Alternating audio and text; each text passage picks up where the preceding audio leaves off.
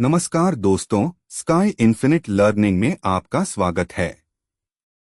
आज हम बात करेंगे एक ऐसी किताब के बारे में जो न सिर्फ पैसे के बारे में बल्कि पैसे से जुड़े हमारे मानसिकता और व्यवहार पर गहरी नजर डालती है। जी हाँ, हम बात कर रहे हैं मॉर्गन हाउसल की द साइकोलॉजी ऑफ मनी पुस्तक के बारे में।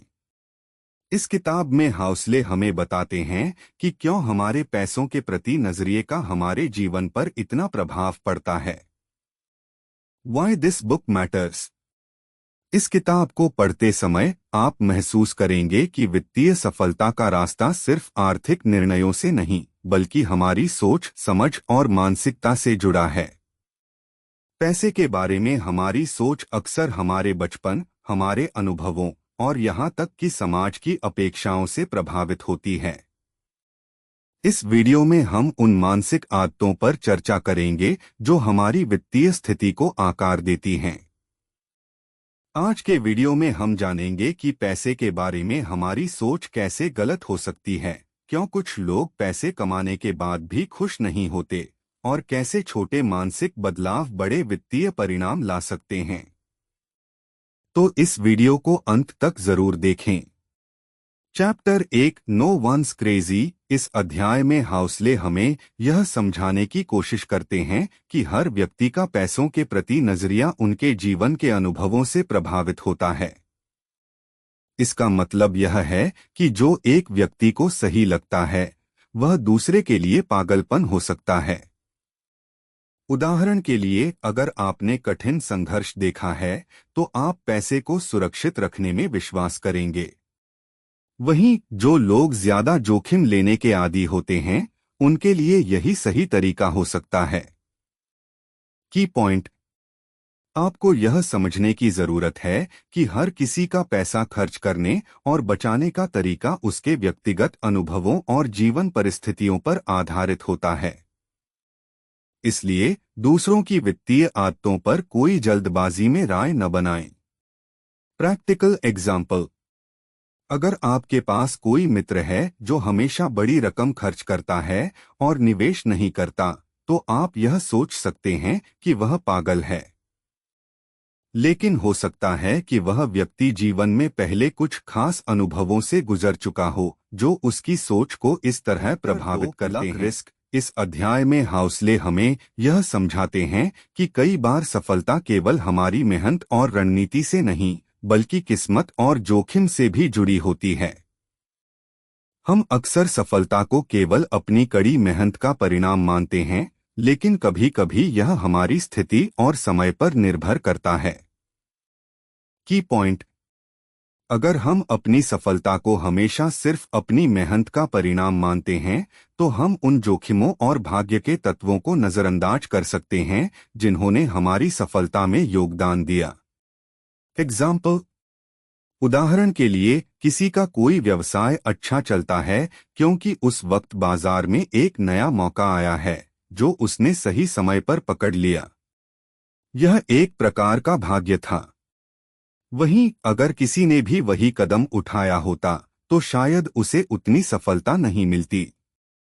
Chapter 3 never enough. इस अध्याय में हाउसले यह कहते हैं कि हम कभी भी काफी को नहीं समझ पाते। हमेशा अधिक की चाहत हमें संतुष्टि की ओर नहीं बल्कि और अधिक मानसिक तनाव की ओर ले जाती है। वह यह बताते हैं कि कैसे एक व्यक्ति की अपरिपूर्ण इच्छाएं उसकी जीवन शैली को प्रभावित करती हैं। की पॉइंट, पैसा एक साधन है, लेकिन अगर हम इसे अंतहीन रूप से इकट्ठा करने में लग जाएं, तो हम खुशी की खोज में भटकते रह सकते हैं। इम्पैक्टफुल कोट, हमेशा अधिक पाने की इच्छा हमें कभी संतुष्टि नहीं देती।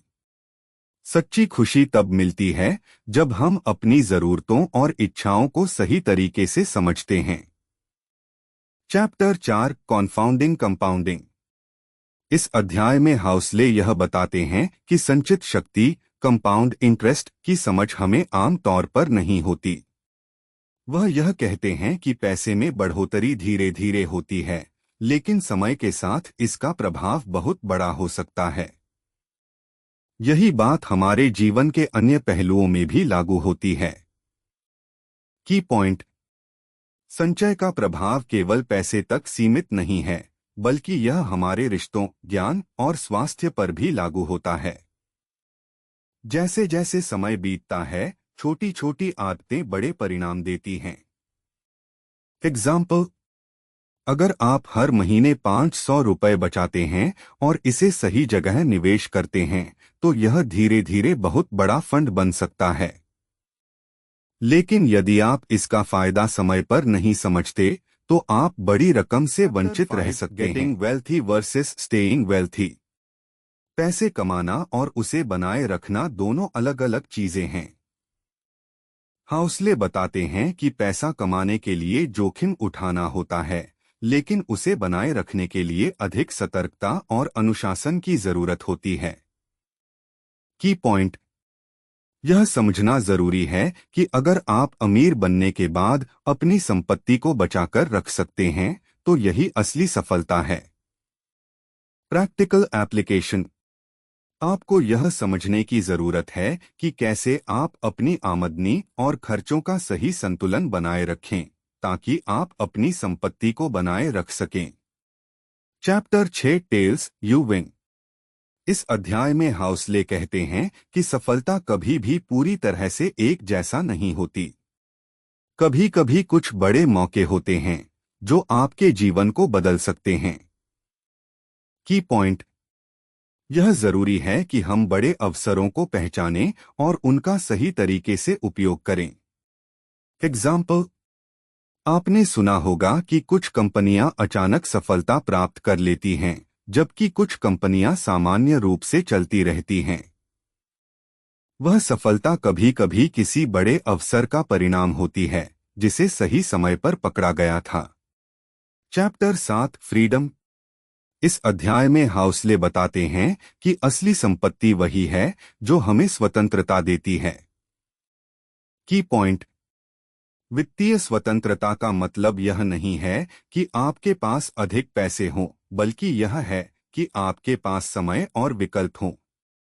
एग्जाम्पल: वह कहते हैं कि यदि आप अपनी जरूरतों और इच्छाओं को सीमित कर सकते हैं, तो आप स्वतंत्र हो सकते हैं, और यह आपके जीवन को अधिक संतुष्ट बना सकता है। Chapter 8 man in the car paradox.